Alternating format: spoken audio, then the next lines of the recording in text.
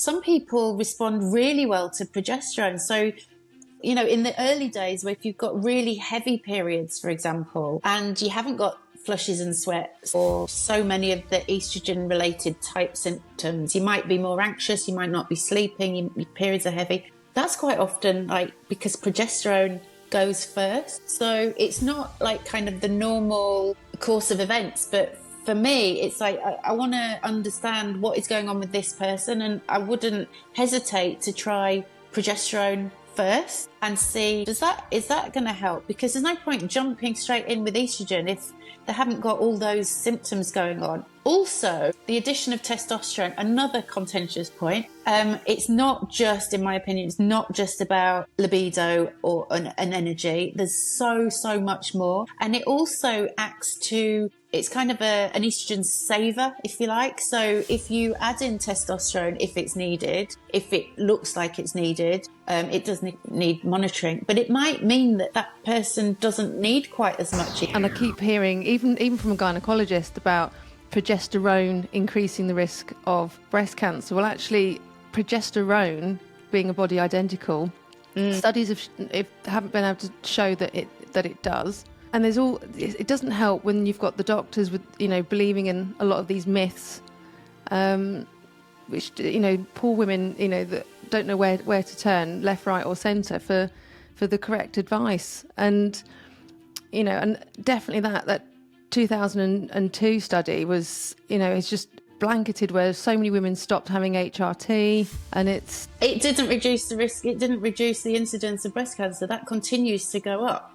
So, and equally, you know, like you said, they did it on older women, and 1 in 7 women over the age of 60 developed breast cancer. So because they were an older cohort, it skewed the evidence anyway. And they weren't randomized into groups with, you know, no one had a mammogram beforehand. And breast cancer doesn't just develop overnight. It doesn't happen that way. It can be 10 years.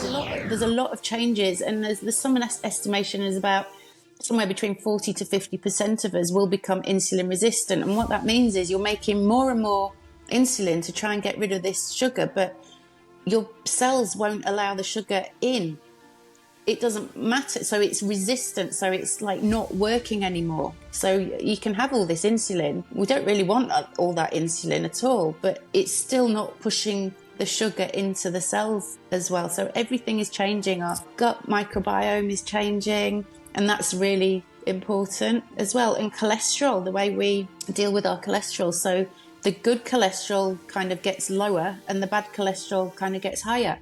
So we have to change so many things. And I see it as an opportunity. It's not like, oh my goodness, we've got all these things to do. It's like, okay, if I want to live healthily into my future, then this is what I have to do. I can't just carry on eating crisps and chocolate and whatever I used to do and get away with it.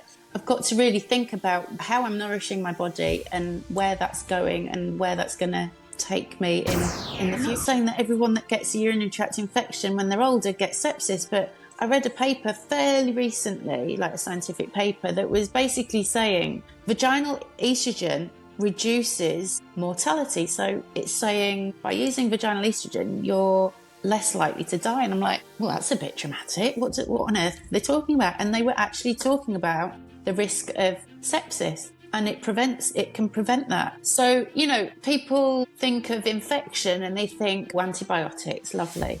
Well, you don't really want to be pumping antibiotics into your body the whole time. There's no upside to that apart from, okay, it might reduce the risk of infection, but you can use vaginal estrogen and it will have benefits in other ways as well, like for, you know, lubrication and strengthening pelvic floors a little bit, although you should be doing your pelvic floor exercises. Of course, everyone should be doing their pelvic floor exercises, but should you not be doing that, then this will help a little bit and it will strengthen the walls of the vagina, make things much more comfortable if they're not comfortable. But even if they're comfortable and you're getting UTI, it can be help to prevent, which I think is very important.